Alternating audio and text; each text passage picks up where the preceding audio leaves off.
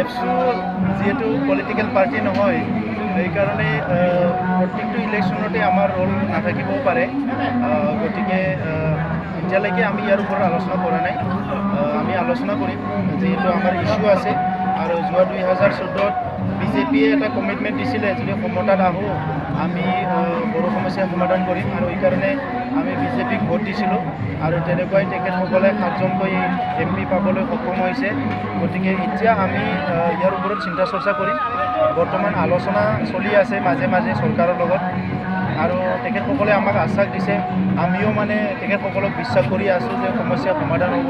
যদি সমস্যা সমাধান নহয় তেতিয়া আমাৰ ৰোলটো বেলেগ হ'ব আৰু সমস্যা সমাধান কৰাৰ কাৰণে যদি চৰকাৰে আগবাঢ়ি আহে তেনেহ'লে আমাৰ ৰোলটো বেলেগ হ'ব কিন্তু আমি ইয়াৰ মাজত আলোচনা কৰিম বহি পেলাই আৰু এতিয়া নেশ্যনেল ফেডাৰেশ্যন আছে আমাৰ পৃথক ৰাজ্যৰ যিটো সংগ্ৰাম আৰু সেই নেশ্যনেল ফেডাৰেশ্যনে এইটো ডিচিশ্যনটো ল'ব কেন্দ্ৰীয় চৰকাৰৰ লগত পৃথক বড়োলেণ্ডৰ ক্ষেত্ৰত কিমান আলোচনা আগবাঢ়িছে চব যোৱা 5 জুলাইত যিটো আলোচনা হৈছে তাত হোম মিনিষ্টাৰ ডাঙৰীয়া নিজে আছিলে আৰু অসমৰ মন্ত্ৰী আছিলে গোটেই বিউৰোক্ৰেট আছিলে হোম ডিপাৰ্টমেণ্টৰ আৰু তেখেতসকলে দীঘলীয়া এটা আলোচনা হৈছিলে আৰু এই সময়ত হোম মিনিষ্টাৰে এটা আমাক কৈছিলে যে এই আলোচনাটো কণ্টিনিউ হ'ব আৰু এটা সমাধানৰ সূত্ৰ ওলোৱা হ'ব আৰু প্ৰায়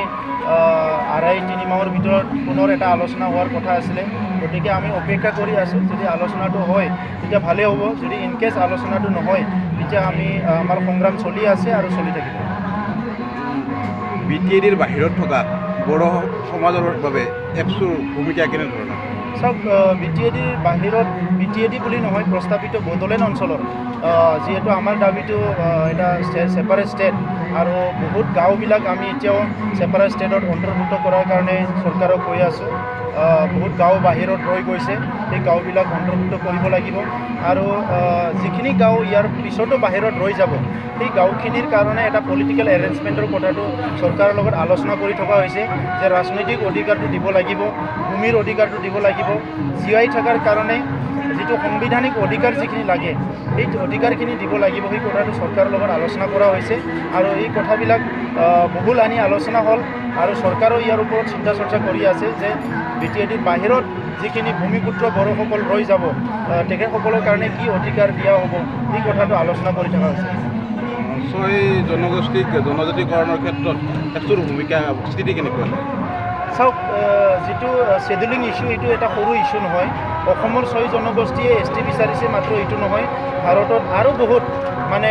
জাতি জনগোষ্ঠীয়ে ST বিচাৰি আছে গতিকে এই STটো দিব পৰাটো এটা সাংবিধানিক দিব পৰা নোৱাৰাটো এটা সাংবিধানিক কথা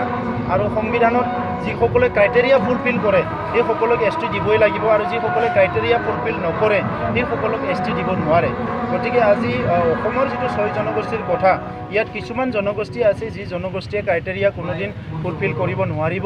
আৰু গতিকে কাৰোবাৰ অৰ্থনৈতিক সমস্যা আছে বুলি পেলাই যদি ST বিচাৰে এইটো নহ'ব ST হ'ব লাগিলে 5টা ক্ৰাইটেৰিয়া ফুলফিল কৰিব লাগিব এই ক্ৰাইটেৰিয়াটো যদি ফুলফিল নকৰে এইটো কোনোদিনে নহ'ব আৰু এই ক্ষেত্ৰত অসমৰ যিটো ৰাজনৈতিক দলবিলাকৰ যিটো ভূমিকা এইটো সদায় মানে এটা মানে কি কয় এইটো তেখেতসকলে পলিটিকেলাইজ কৰি পেলাই এই ৰোলটো লৈছে আৰু সেইকাৰণে সেই জনগোষ্ঠীবিলাকক যিখিনি মানে তেখেতসকলে ন্যায় প্ৰদান কৰিব লাগিছিলে আজিলৈকে প্ৰদান কৰিব পৰা নাই